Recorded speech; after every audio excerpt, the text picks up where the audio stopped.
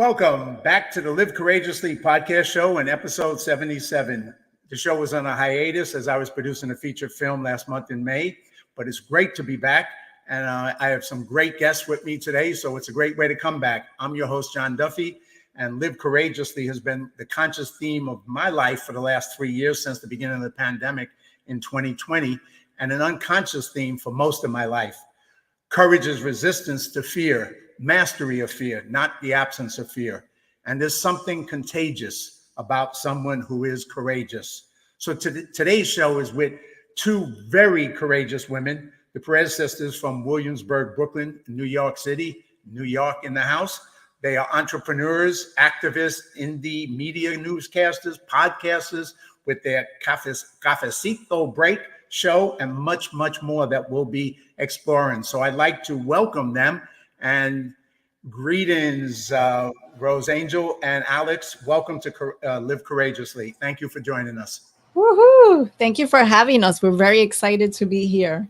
And we love the title of your show, John. And we love your hat representing the Bronx. Yes, indeed. And we'll talk about the Bronx later, too. But, you know, I grew up there in the South Bronx and lived 18 years of my life there. So definitely that's where I resonate from.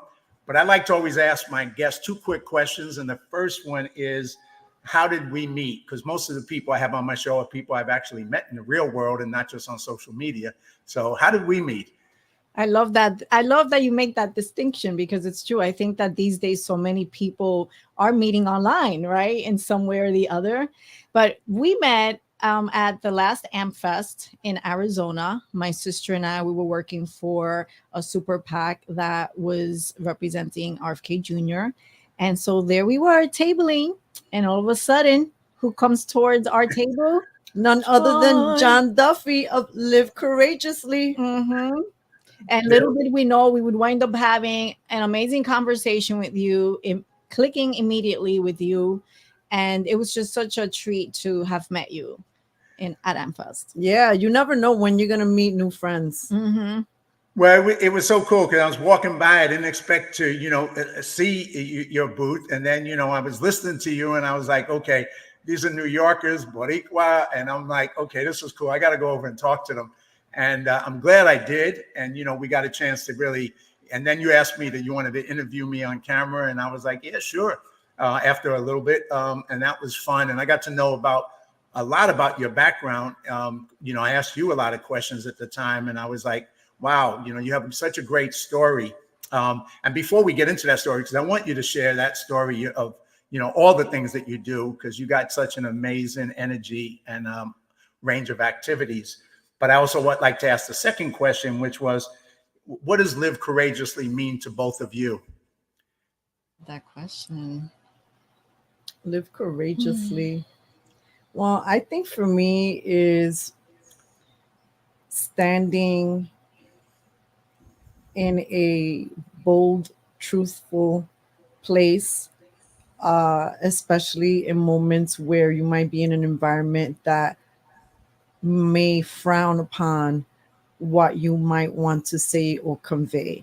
Mm-hmm. And many people experience that within their family, right? Or it could be as simple as your parents want you to be the future doctor of America and you have an artist's heart and you want to be, pick up the guitar, and you have to be courageous to stand and live your music, which is something that is one of the core foundation messages of our brand Cafecito Break is live your music. How are you living your music day to day? And being music meaning that you are trying your best to be refined like an instrument, because there's a lot of when music isn't fine-tuned, it can hurt, right? And sometimes in this human dynamic and chaotic world, there's a lot of distortion. A lot. There's a lot to unpack there. You put a lot into that little bit of explanation for sure. For me, it's, well, basically everything you just said. I was just going to express it in a different way. For me, it's really being able to understand and to be able to live not just your life, but create a life in your authenticity. And a lot of it goes hand in hand to what she was saying. When you are living from that place of truth, that will put you in a lot of uncomfortable situations, because the reality is that the moment we're born into this world, something or someone's always trying to tell us what to do, right? Like, and it doesn't always come from a bad place, right? But families raising you to be a certain way, culture, religion, and it can be very confusing to even understand what your authenticity is. Who are you? Let alone then be able to carry it out. So I feel like part of this process in being able to live courageously is also taking and making the time to understand, like, who are you? Like, who is Alex? Who am I? And always remembering that we're constantly evolving. So, who the Alex that I was 5 years ago versus the way I am today, it's like two different women, and being able to adapt accordingly. Mm-hmm. Well, we're going to go even deeper. Uh-oh. One of the things I find interesting is the people I meet. I always say, it's almost like there's a reason I meet them and I connect with them. And when I met you, you didn't know my background. I didn't know your background. But when you told me about Wlliamsburg, I was like, okay, this is fascinating. Because many, many years ago, in another lifetime, when I was a different person, like you're saying, Alex, here's a picture of me with a group in the north side. Oh, wow, the fires. The People's Firehouse. The People's Firehouse. And I was a community and tenant organizer with the People's Firehouse and worked with folks up in Greenpoint, down in Wlliamsburg. So to connect with, you two from Wlliamsburg, it just kind of like, it was like a flashback. It took me back to that part of my life that had, passed and, I moved on with. But it was good times. It was still good times. And I learned a lot in that experience. But tell us about your lives, because you grew up in Wlliamsburg. I know Wlliamsburg. Most people don't. It's changed a lot from when I was there doing the stuff I was doing. But tell us a little bit about, your background, your journey, what you did, and what takes you to today. So let's go deeper into both of your lives. I would like to say that there's a further connection with the People's Firehouse, because there is a activist group called Berry Street Alliance, and they do community organizing out of the People's Firehouse. And they've been very active ever since like the Open Streets program happened in, like, for example, New York City, where during 2020, for the sake of social distancing, they opened up certain streets and blocked it to traffic. And let's just say that through a lot of community organizing efforts and shortcuts, they've been able to permanently close streets that are creating sort of like a chaos in the neighborhood. So I think it's very interesting. So we keep paying attention to the movements of Berry Street Alliance, because they're starting to just see how some of these woke policies that are being pushed and implemented in our streets sometimes are not really working in day to day. For example, when an emergency vehicle needs to drop off near there, or when somebody's disabled and they need to be picked up, now you've closed the street to traffic. It's a little example of what connects my sister and I to this neighborhood since we were little peanuts, which we've always had a connection to Black parties, elected officials, people, local people being together, moving together in a sense to improve the community and also to celebrate. That's true. Yeah, well, when we were there, it was around the founding of it. Another program that I headed up for the People's Firehouse was an arson prevention program, because at that time arson was a big thing in those neighborhoods, in Wlliamsburg in particular, same as my neighborhood, the South Bronx. And the fire department had a program, Red Caps, which they had arson prevention specialists, and we used to use that to go into the community to organize to prevent arson from burning down buildings. And it was coming from different directions. But like you said, a lot of times people, with the woke stuff, they have good intentions, but intentions don't do anything if they have bad results. And that's the problem. And I think, growing up in the South Bronx, I saw all the years of great intentions that led to the opposite results all the time. And I think that's a little bit of what you're kind of hinting at with, some of the stuff with Berry Street and the closing down. But go ahead, go a little further. Tell us a little bit more about your background and growing up in the neighborhood, and how did you evolve to be entrepreneurs and to be activists? How did you turn into this? Well, let's go way back to the beginning. Let's go to the for a Wayback minute. Machines. to what Wlliamsburg was for us. Back in the day, Wlliamsburg was definitely not a neighborhood that was as known, and All right. This was everywhere. It was mostly Puerto Rican and Black community, at least at this particular part of the neighborhood. Of course, we were surrounded by Polish, Italian, Hasidic. So it was almost like very definitive lines about in terms of who lived where. Yeah. Right. And people that did know of your neighborhood or did recognize the name usually associated that name with negative things. I mean, I remember being in high school, and when people would ask me, "Hey, where are you from?" and I'm like, "Oh, I'm from Wlliamsburg." They're like, "Are you always ducking bullets and stuff?"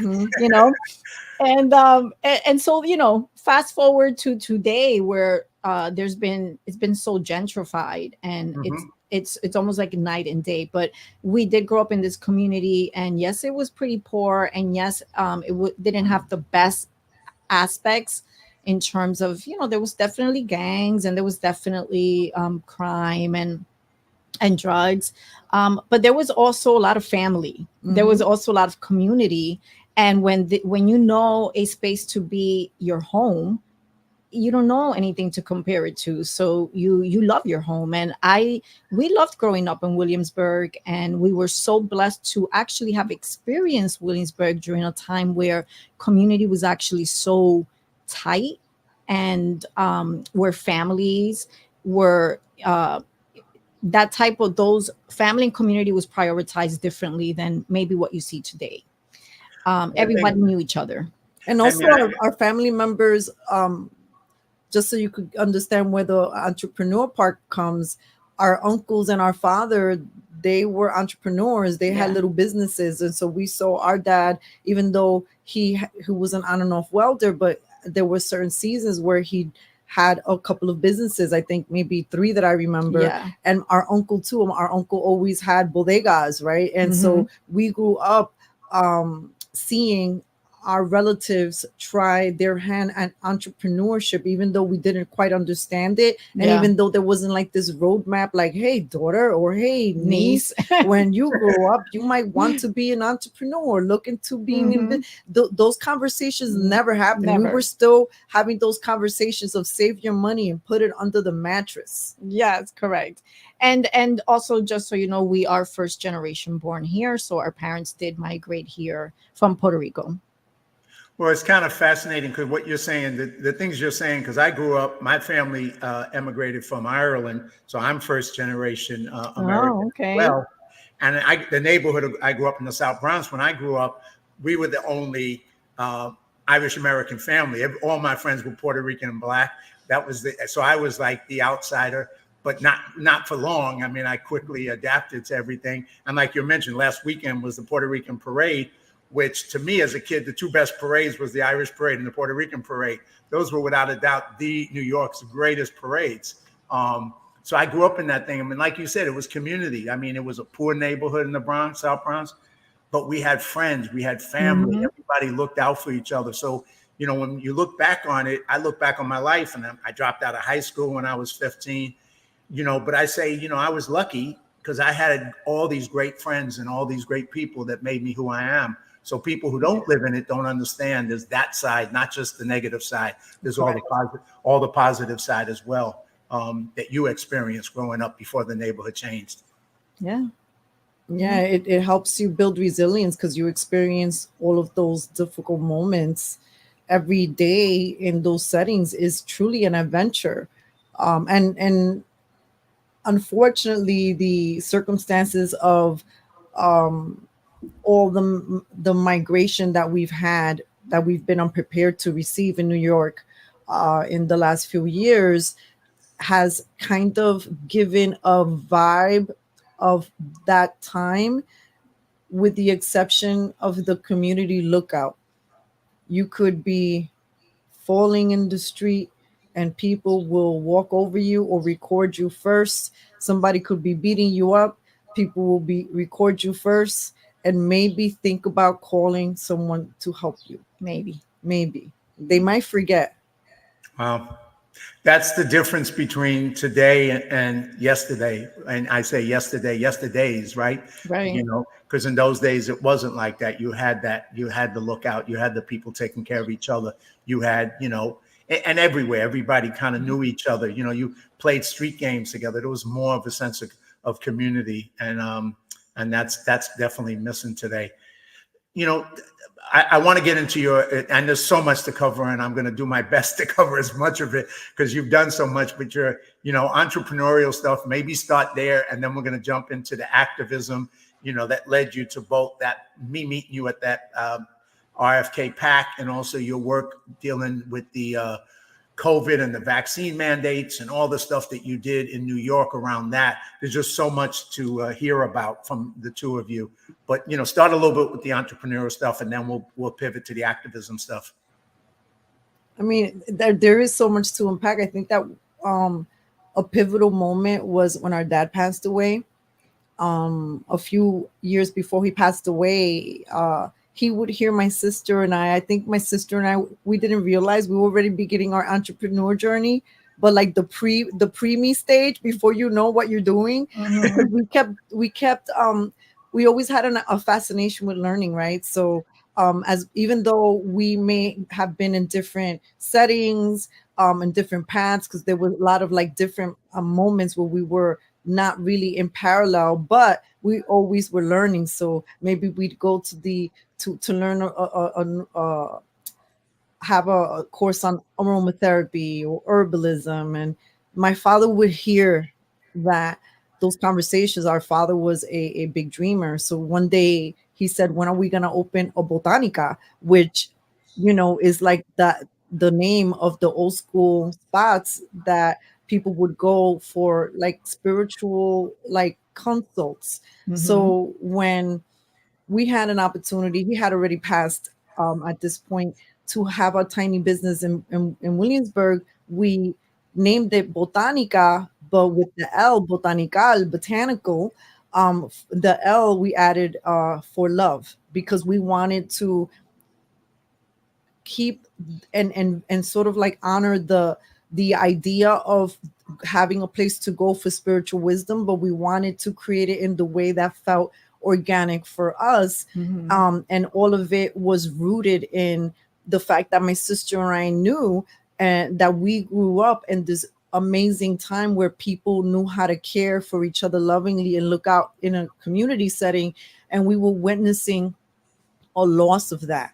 And we knew that we were lucky enough to have each other and our friends, and we kept meeting people in the city from all ages who were so lonely. Yeah. And we're talking about, this is what, like 20 after 2009, because our dad died in 2009.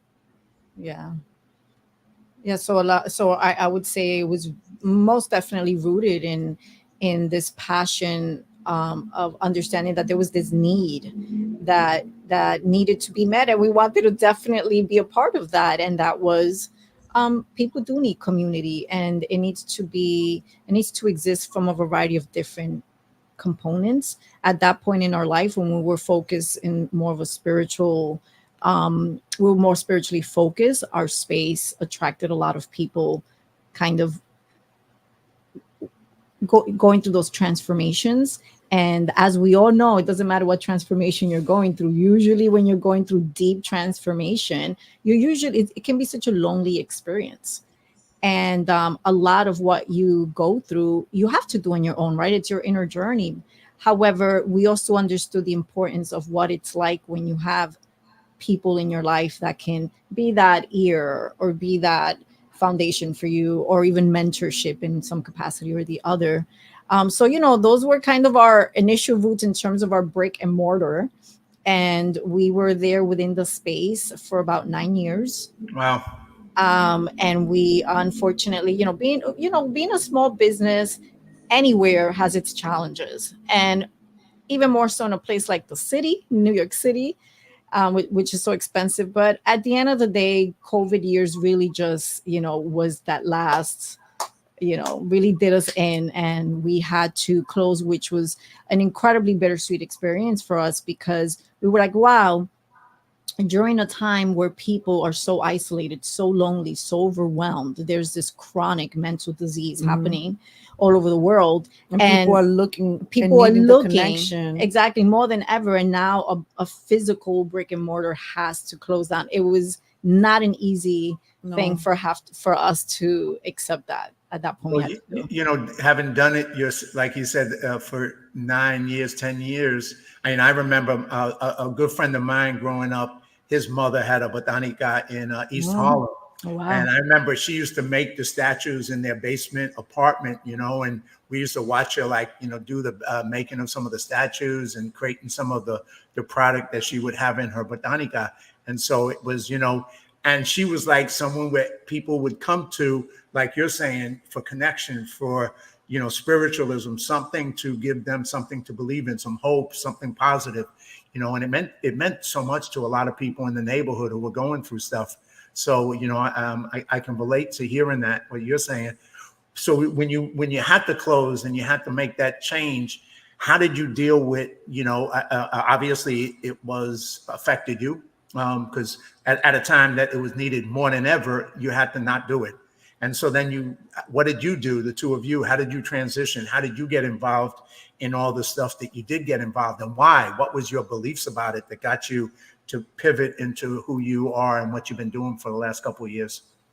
Well, we've been wearing double hats in double industries for a while, because what we omitted in the beginning to mention is that at one point in another life, my sister was working at VH1 Save the Music, and I was working at VH1 Networks. Wow. And during 2001 9/11, the scary day of our lives, Yeah. that where my sister and I lost each other. We were in that building. Those moments you never forget. But media and medium being in the middle, right? Everything about our life, down to even our skin color, even the harmony of our skin colors, just our textures, like there's always an invitation, even in our sisterhood, to always sort of don't a lot of people find themselves so easy to be in a certain cup. If you're like this, that means you need to look like this and think like this and act like this, etc. And my sister and I, just by just our nature and our relationship, there are many times that became sort of like, this doesn't make sense. We need to explore it more. So I think we've always had this curious heart. At one point, I think we were both interested in maybe exploring a political path, but we realized it was really dirty. And I've always enjoyed the medium of communication, of telling a story, of television. And at MTV, I worked at MTV and also BET Networks, and I was a line producer, so we would write show productions, and I worked and Just supervised like, hundreds, I do. So line producing. Wow, that's cool. but not for film. Right? I know it's a little bit more involved Yeah, for film, different. so it's very. I respect it. Someone one time asked me to look. Would you consider being a line producer for a small film? And I was like, oh heck no, oh heck no. I'll stick to the TV world. Thank you very much. So I respect your work, sir. But at the same time, while we were giving birth to our brick and mortar botanical, Cafecito Break was also born.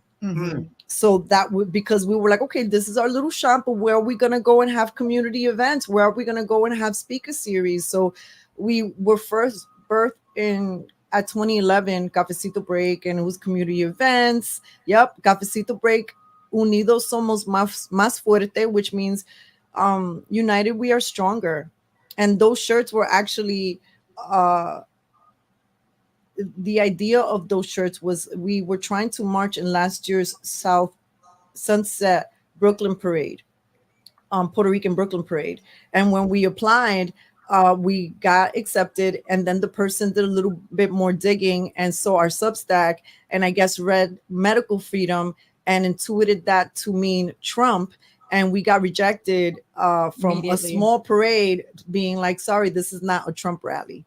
And so we made those shirts, like cancel culture. And that's unfortunately one of the things that we do advocate here in New York City, because New York City is really blue, and when you're Puerto Rican, a lot of people want to put you in the democratic socialist thinking cap, and we're not like that. We ask questions, and that intersection of having people come to you from all sorts of life, and trusting you with their innermost conversations, and now you have clear windows as to what's happening in your neighborhood. And then when we would go and report and cover local events, we're getting sometimes an exact match as to what we're hearing very privately. Yeah. And many of those times is when you see us pushing a certain topic on our platform because we feel like God is asking us to cover it.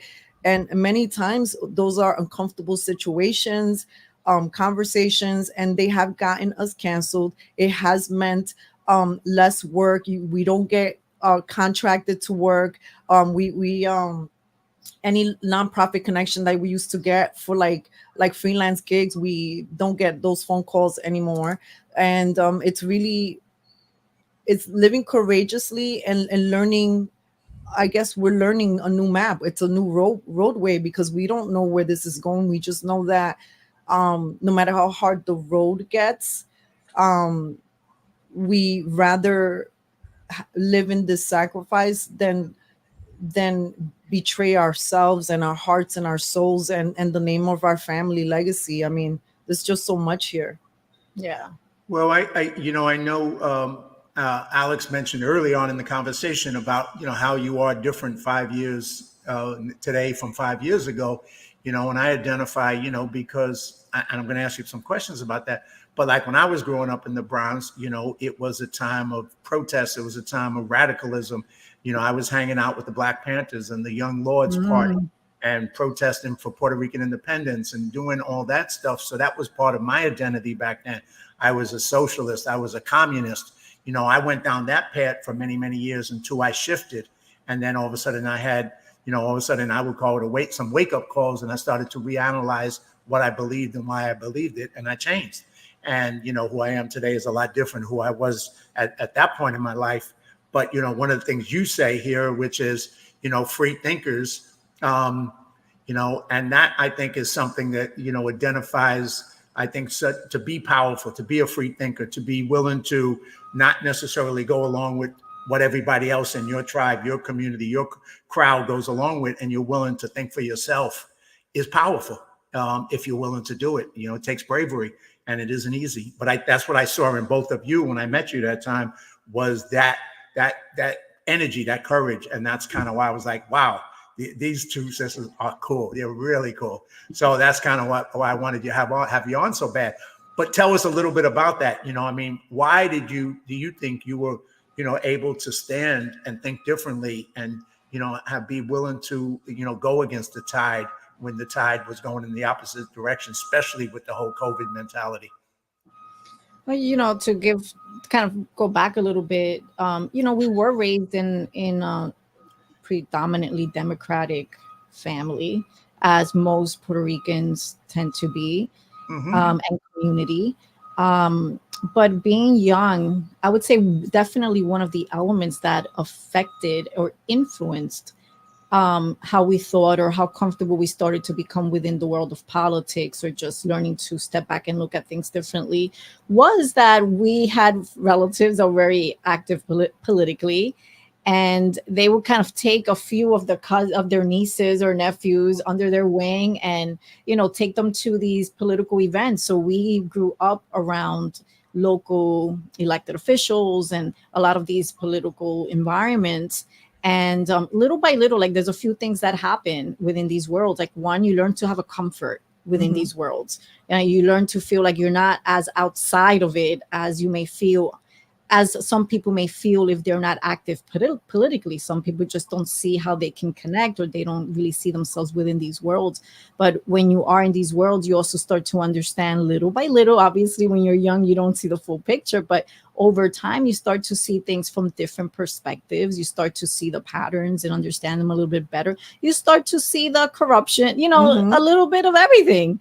And so essentially, our relatives really sort of seeded us within these worlds. And individually, even though, like my sister had said, there were the times in our life where we literally went down different paths, but we were both very active politically, like college, afterwards, but in different areas. And honestly, experience was another major,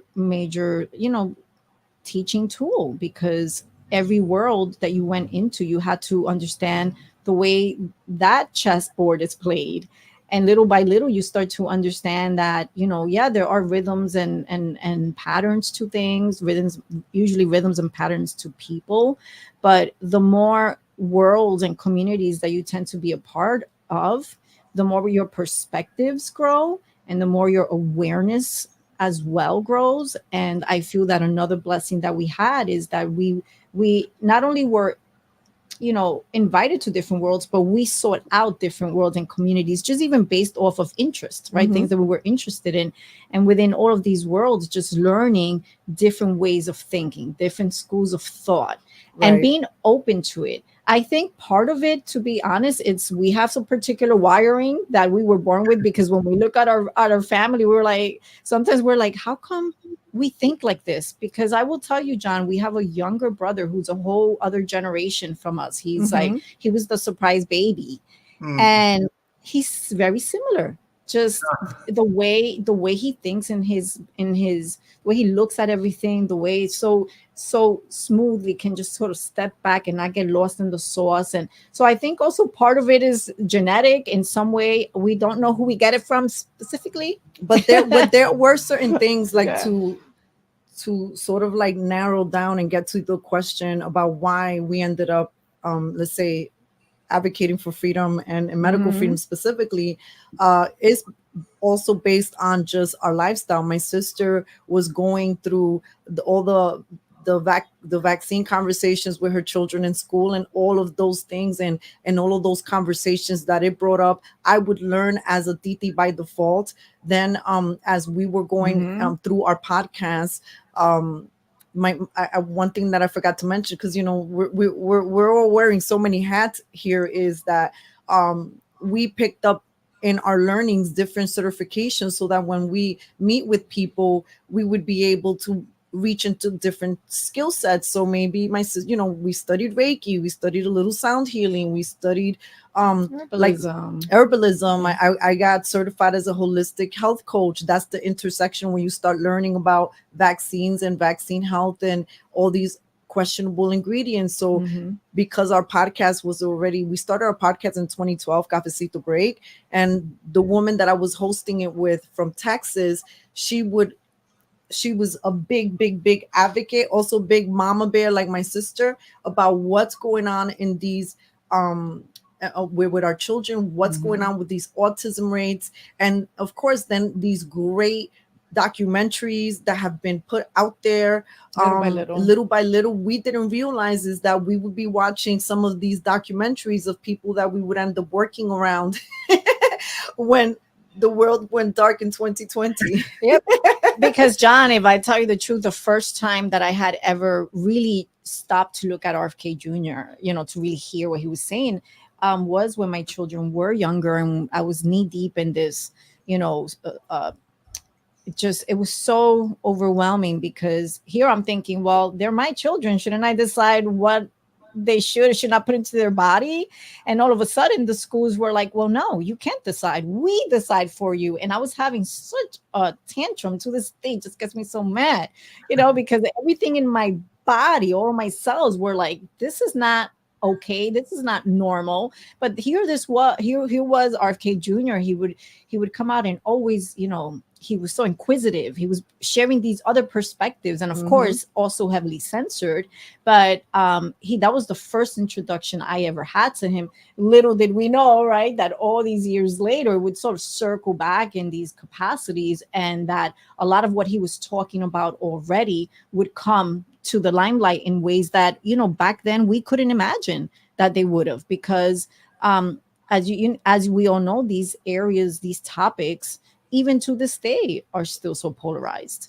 So back then, even more. And it's almost humbling. You sort of kick back and you're like, wow. So now we're over here getting censored because we're challenging our community members. Like, come on, do you really want to throw away Goya products? This is suspicious to me that all of a sudden now you want to throw away Goya products and it's a pandemic. How come you didn't, have this great idea about advocating alternative Goya products before? Maybe some of you have Trump derangement syndrome. Oh, why did we say that? That was like, what? To this day, people were like, they would celebrate every single time that Instagram took down our channel. And why was Instagram taking down our channels? Because as we explained for so long, we love our community and we've been around the politicians. So obviously when you start creating stuff, you start creating things that you are familiar with. So a lot of our conversations and things that we cover about Cafecito Break really comes down to what's happening right in front of you. Yeah. And why? Because there's a lot of simple things that are getting in the way of having the most amazing relationship you can with another human being. Yeah. And those things that get in the way, where sometimes people are so afraid to come out of their box a little bit and explore. For us, it was a beautiful experience for American values to trust us to go to AmFest, which was is considered like the unofficial, almost RNC, right? And a big Trump conservative values. Yeah, and it's like all Trump. And people who knew that we were gonna take this trip, they were looking at us like, are you crazy? Like, right. And in my mind, I'm like, but isn't this the message of RFK? He's challenging us, the Americans, so to be in these different places and be okay with being in what would be quote unquote contrast settings. Now, one of the things that came out as an epiphany for some people when that trip manifested is that a surprise was that we had such a successful time at AmFest, right? And I think it's because people want to have more conversation. Unfortunately, we don't think that if we did that same thing at a Democratic anything, I don't think that we would have that same sort of welcoming, that same sort of reception, that same sort of greeting. I mean, we've been at bars and we've gotten frozen out by people who even see a little hat. Oh, you're voting for that quack? And I'm like, nobody is saying anything. I'm supporting the fact that he's running for president, because he has a lot of things that I think the American public could benefit from hearing. Well, I'm going to jump on a bunch of those things real quick with you. It's just so much to cover because, like RFK, for example, just put that picture up when we met there, and you obviously, I read his book, Fauci. I run into him at Gold's Gym in Venice. I work out there, so I run into him. So I talk to him, so I have, I've had a chance to, have short conversations with him.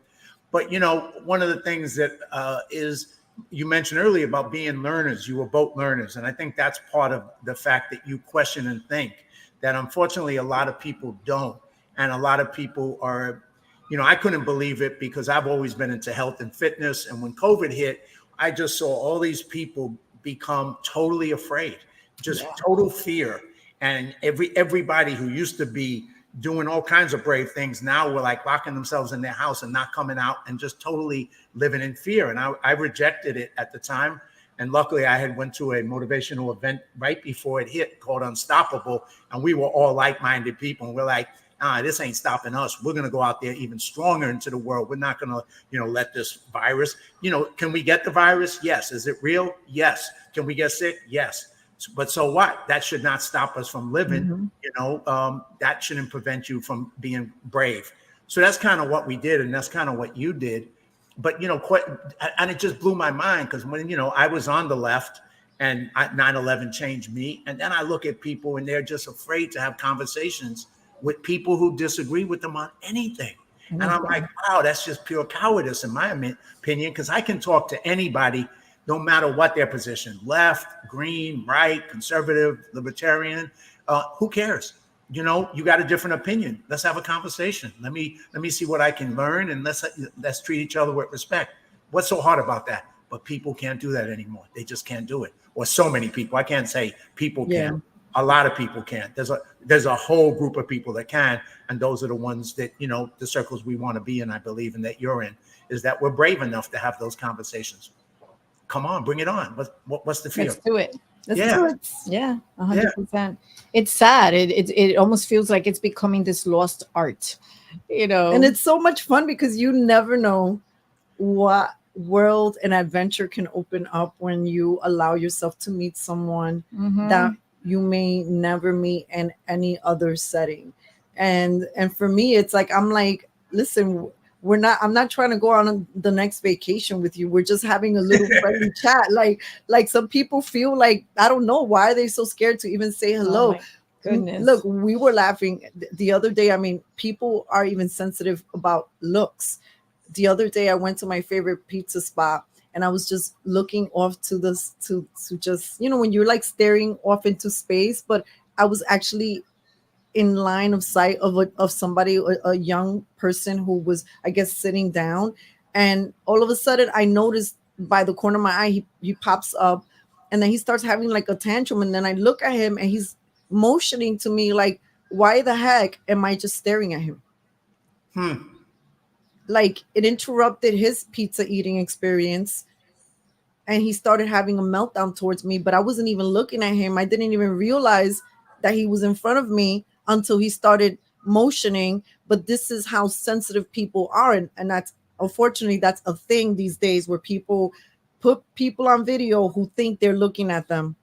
Well, it's funny you mentioned that. Wow. It's just so funny because yesterday I was walking in Santa Monica and I'm walking past this guy and I look at it. I look at everybody, right? I look at him for a second and he goes, "What are you looking at?"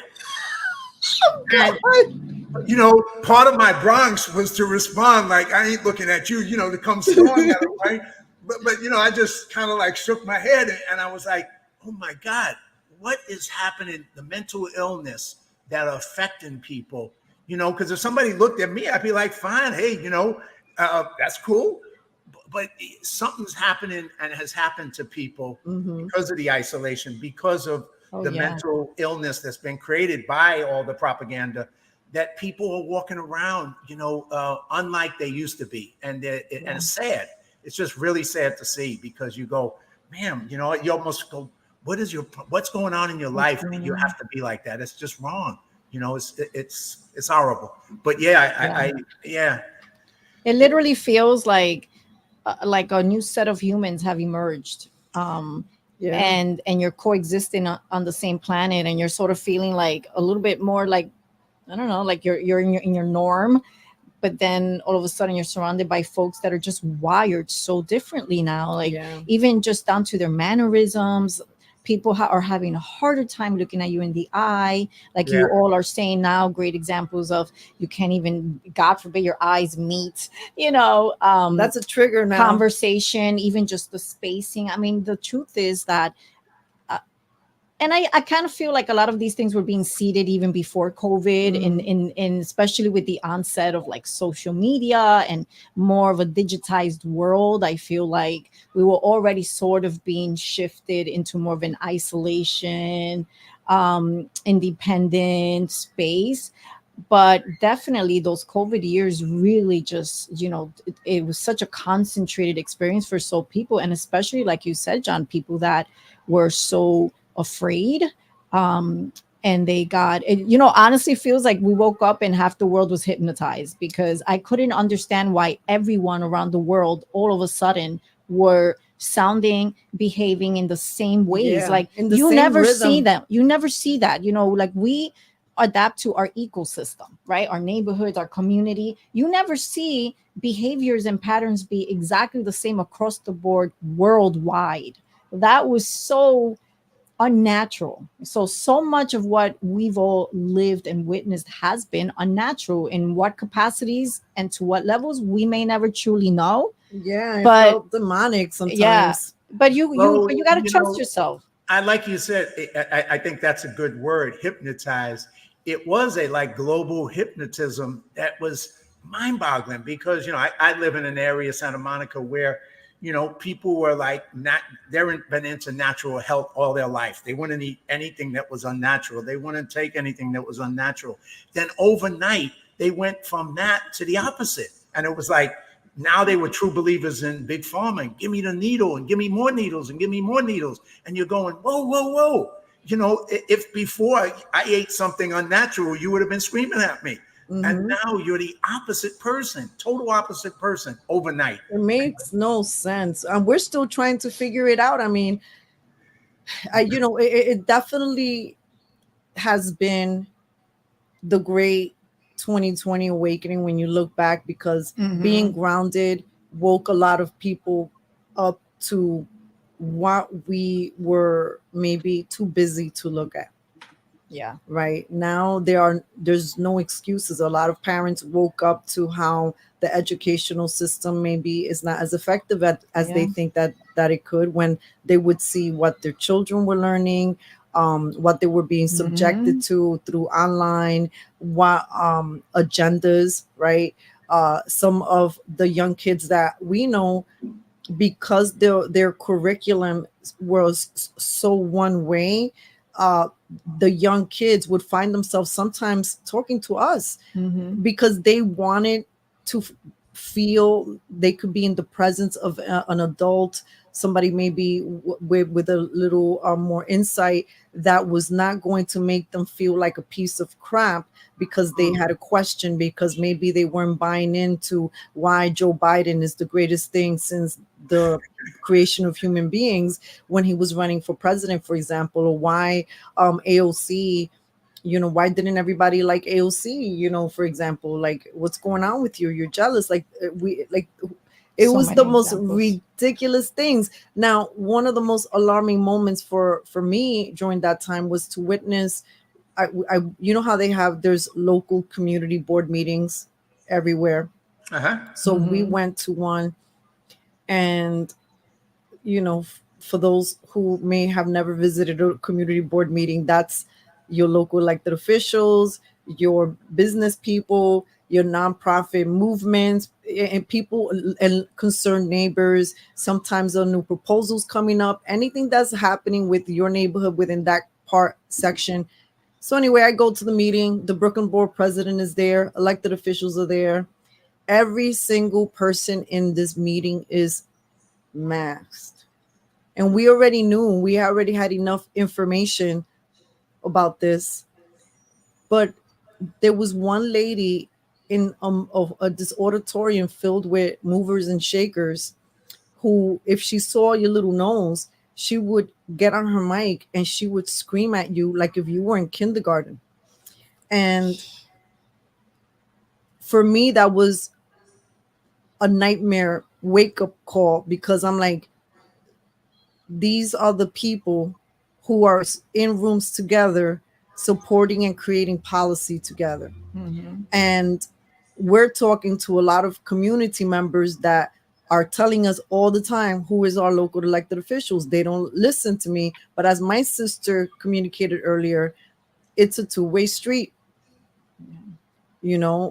Part of this that many Americans are learning the hard way is you have to be a little active, or you have to know a little bit more about what's going on in the community. And we've all gotten a bit too comfortable trusting who we thought were going to create policy that was going to be for the better health of our communities and the tax-paying population. And coming to the very scary reality that a lot of our elected officials in specific areas actually know less than you sometimes. Yeah. And so there they are making these, decisions that will affect the fabric of your life within that community. And they're making it based off what? Who's providing you the information to base it? Are you even qualified enough to ask the appropriate questions? Do you even know what questions to ask? Are you bringing in a variety of different perspectives? None of that is happening. Most of it has been hijacked by some sort of wokeism. I feel like when we visit these offices, you see more of a representation of what diversity is supposed to look at like, but we don't really see that practice, and we don't feel like they really do speak to all of their constituents. It's almost like it's un-American. Well, I go to two gyms, and it's 2024. I go to Gold's Gym and I go to 24-Hour Fitness in Santa Monica. And in 24-Hour Fitness, like the other day, so many people have masks on. And I was just like, you're in the gym in 2024 exercising and you're still wearing a mask. And it gets back to that word, hypnotized. You got to be hypnotized, because if you did any research, any logical thinking, you would realize that it makes no sense. It doesn't work. It doesn't protect you. It's totally useless. If anything, it's counterproductive. And if you're exercising, it's probably worse for you. So all the negatives of it and no positives, and you're still doing it anyway. And you go, but when people get hypnotized, they stay hypnotized unless someone breaks them out of the hypnotism. But, the good side is that in negatives come good. You talked about 9/11. That was a horrible moment in our lives, but good came out of that. And I think, like you said, people getting active now and realizing that they got to take control of the school, their community, their family, not let it up to the politicians and the people who supposedly look out for your interests, but really don't. They just look out for themselves. And so it's leading to people like yourself and others doing that, which is the good side. The hard thing is, I think like you said, with your botanica, have an L at the end, remembering, I have to remember too, it's like trying to keep that word of love in, and sometimes, especially with people we disagree with, finding a way to still, remember to love, not lose that, because it's so easy to be put into that reality that we tend to act the way everybody else is acting, and we shouldn't. We got to remember that we have to have that. We got to come with love, even when it's harder, even when it's hardest. If we can do that, we can make an impact by our example. And I think that's what both of you have been doing, what you're doing in all the ways you're doing it. And it's really, thank you so much. It's really about going back to simple. Yeah. And the way we updated our business when we had the Botanica is, we didn't feel called to working in the ways that others have in the past, and our language was really like the earth medicine, the plants, the crystals, and that's what we had in our store. And really what we would do, sometimes we would have a small plate of like crystal quartz or rose quartz, and there you look at them, they're all slightly different. Some of them are a little lighter, some of them a little darker, some of them have rougher edges, smoother. And we would tell people like, okay, this might be your family. You see, not they're all a little bit different. You might be from the same family, but everybody has different attributes. And some people are maybe more rough around the edges. Some people are smoother. Some people are lighter, darker, happier, brighter. But embrace your uniqueness. This is sort of like a reflection that God makes beautiful things. And how are you taking and looking out for yourself at this moment? What is it that you need? What is it that you're longing for? And look, my sister and I are happy to report that we witnessed many people meet the moments that they were looking for. Somebody wanted to move, all of a sudden they're like, sorry, I'm not gonna see you again because I'm living in New Jersey, or I'm moving to Berlin, or guess what, I got the new job. And we heard that time and time again. And when you think back, I mean, when someone shares with you some of their most amazing moments. Like, we have botanical babies, we have women and men that we've met that were about to, create a child, and then they created the child and it was in the oven, and all of a sudden it comes out and we're like, this is a botanical baby, come meet your titis. It was a really blessed experience for us. Yeah. We would always joke that botanical was an apprenticeship for us too, because it's like, you experience it all, the good, the bad, the ugly, because life is a little bit of everything. That's right. And so it's like part of transformation, part of healing is being able to say, hey, I do got to look at these parts that are not easy. I do got to face these things that scare me. But, when I do, I am gaining all this beauty. I am gaining all this, courage. I am gaining, a peace. Mm-hmm. And, for us, we were always very passionate about trying to find the ways to connect with people universally. So it doesn't matter what brought you into the shop, what triggered that moment for that person to walk in. At the end of the day, we really wanted to meet you and find, like, universally, hey, how do we connect? We're all so different from all walks of life, but the reality is we're also very alike. And when we span it out in the way we're looking at our country right now, we have become so incredibly polarized in this country. But I feel like part of our healing process needs to be that we got to start reminding each other how alike we really are. Most of us, like, we all want to be healthy. We all want happiness. We all want to go buy food that we could afford. We all want to have community. Yeah. We want to have schools that feel great, safe streets. Like, if we really start to go down the list of the things that we probably all have in common, it's probably way bigger than the ones that are not. But that has been, through media and through, so many mechanisms, it has been communicated to be the opposite. But part of the healing that needs to happen is, hey, the reality is, yes, there's so much work to do from so many angles, but there's so much beauty within all of us. And there's so much that we have in common. And when we could just tap into that, we can move forward. Like, I'm hopeful. Well, I'm optimistic too. I mean, I know, we're divided, and there is a constant attempt to divide further because the media does it, the media pushes it, and people in power push it. People in power all over the world push it, and it's not just, left versus right, because, you said average folks have more in common than differences. Yeah, we disagree on this and that. I may be a business person, you're an you're an artist, you play music, I work in a bank, whatever the things are, we're different, but we have a lot in common. We got families, we got communities, we got, we want to make a better life for ourselves and our families. All that is in common. What do we disagree on? Well, we disagree on stuff. So what? That's fine too. Disagree. Right. But, there's people in power who, if there's a division I see, it's the people in power throughout the world versus the majority of the people in the world. Amen. And the average person, that's who we got to unite with. The people in power, they're out for their interest, their power, their money. And at the end of the day, they want us to behave a certain way for our interests, no, they don't care about us, for their interest, their power, and the continuation of what they do. Those are the ones, and it's a small group of people when you take it down to numbers. They're a small group of people. The majority of the people is the majority.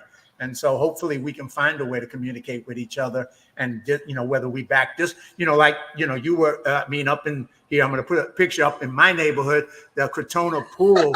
I was from Mott Haven down below. I used to go swimming up in Crotona Pool where they had the rally for Trump up there, and you guys were up there, right? Yeah. And, I don't care who you like or don't like. You love Trump, you don't like Trump. You love Robert Kennedy, you don't like Robert Kennedy. You like Biden, you don't like Biden. The point is being able to express yourselves wherever it is. And it was great for me as a South Bronx guy to see my neighborhood, my hood, come out and express an opinion, their beliefs, what they feel, right?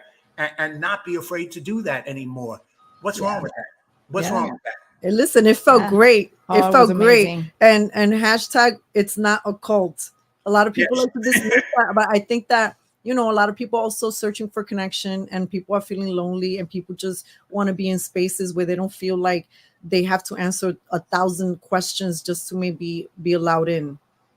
Or that they feel that they have to be in some sort of survival mode because They just want to feel comfortable. They want to feel connection. And, that Bronx experience was full of a lot of that. If I Yeah. tell you the truth, that overall, my favorite part was the energy of the people. Amen. And the conversations and just how good people felt. It was Let's wonderful. have more of that. Yes. There's a Bob Dylan song that I always quote. It's something is happening here. You don't know what it is, do you, Mr. Jones? And something is happening. That was an example of something is happening that people don't know. They think they know what's going on, but people are changing. People are experimenting. People are thinking for themselves. People are coming up with, feeling, and that's a good thing. Back in the 60s, when we were on the left, we used to say question authority. Nowadays, people forgot that. Why not? Mhm. Why can't we question authority? Why can't we question doctors and scientists and teachers and everybody else? That's a good thing to question. It's a good thing to think. Why are people afraid to do it now? They weren't back then. Why are they afraid of it now? Right. What's the Reason danger?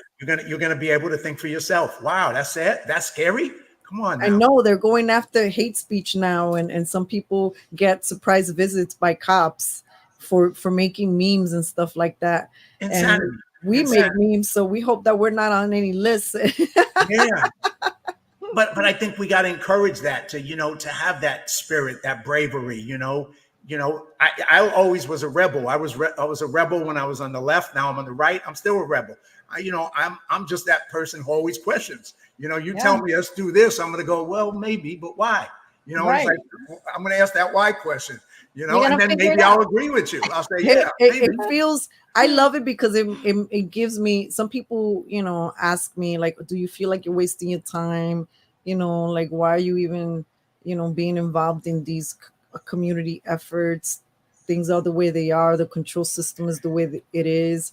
In my mind, I'm like, if I don't wake up and have anything to live for or look for or have a purpose, what am I going to do? Be like a plop at home? Like, look, even if this is a crazy dream and I can't do anything about it, I'm still going to enjoy myself as much as I can with the people that are here on this planet with me. And we're gonna continue trying to effect change. Amen. You gotta have that dedication and commitment as well. It's worth it. Yourself is worth it. The people you love, community, your home, it's worth it. Yeah, well, I could speak with you for hours. for sure. We could go for hours. We're kind of at that hour point already, 1 hour. So I would like you to kind of sum up anything you want to say, how people can contact you. I'm putting up your Cafecito Break at .org. It's also on X. You're on Facebook. You're on Instagram. You're everywhere. I would recommend people come check out your stuff, check out your podcast, check out all the amazing stuff that you're doing. But let me let you guys close and tell us anything you would like to share with us as we wrap up. And once again, I've really enjoyed it, and I could talk for hours with you, and we haven't even begun to touch the surface. So, well, hopefully this is just part one of many conversations to come. Thank you to you and your audience for extending this beautiful, warm invitation to the Perez Sisters. You can find us everywhere on Cafecito Break. Cafecito Break is really where we're reporting boots on the ground stuff, things that are happening in New York, things that have to do with medical freedom, censorship. We also do have a brand new YouTube channel called Crystal Sage Wisdom. And I think that's sort of like our botanical 2.0. Yeah. And which we talk about the inner journey, and we have sister conversations outside in Wlliamsburg, Brooklyn, like in a different cafe every week that we produce it. Listen, it's in our nature to want to connect with people. And my sister and I have been, every single time we meet someone, we're always like, you're part of the family. So, thank you so much to the Live Courageous family, to you, John. We've had an amazing time getting to know each other better, and we look forward to the next one. And maybe I'll be in New York. I'll come to Wlliamsburg and get to see you out there. And we'll do a boots on the ground live Cafecito Break. That's right, a live one. I love it. That'd be nice. And if you ever need me to come on your show, I'd love to do it, of course. And You know, We once got to again, arrange that for sure. Mhm. I would love it. I love it. But it was great talking to you. I'm so, you know, God puts people in my life, and obviously meeting you that day was another example of that. So I feel grateful and blessed that I had a chance to come across you and connect with you. It was a good day. It was a Thank really you. good day. We feel the same. God bless Amen. you. God bless Amen. you. God God bless bless you you and your both. audience. Thank Yes. you. And best with everything you're doing. And we'll be in touch. And I'm going to close out the show. Thank you so much. Ciao. All right, everybody. I hope you enjoyed that. I hope you enjoyed the Perez Sisters and they inspired you. They made you be a free thinker, made you, you know, realize that there's so much that you can do and it's on you to take responsibility to create a better life. So check them out. Check them out on their page, cafecitobreak.org, and follow up with them. And until next time, you can check out all my podcast shows on live-courageously.org or Live Courageously on YouTube, and check out all the 76 shows that I've done. And once again, thank you, everybody. Until I see you next, make your life a masterpiece, and God bless.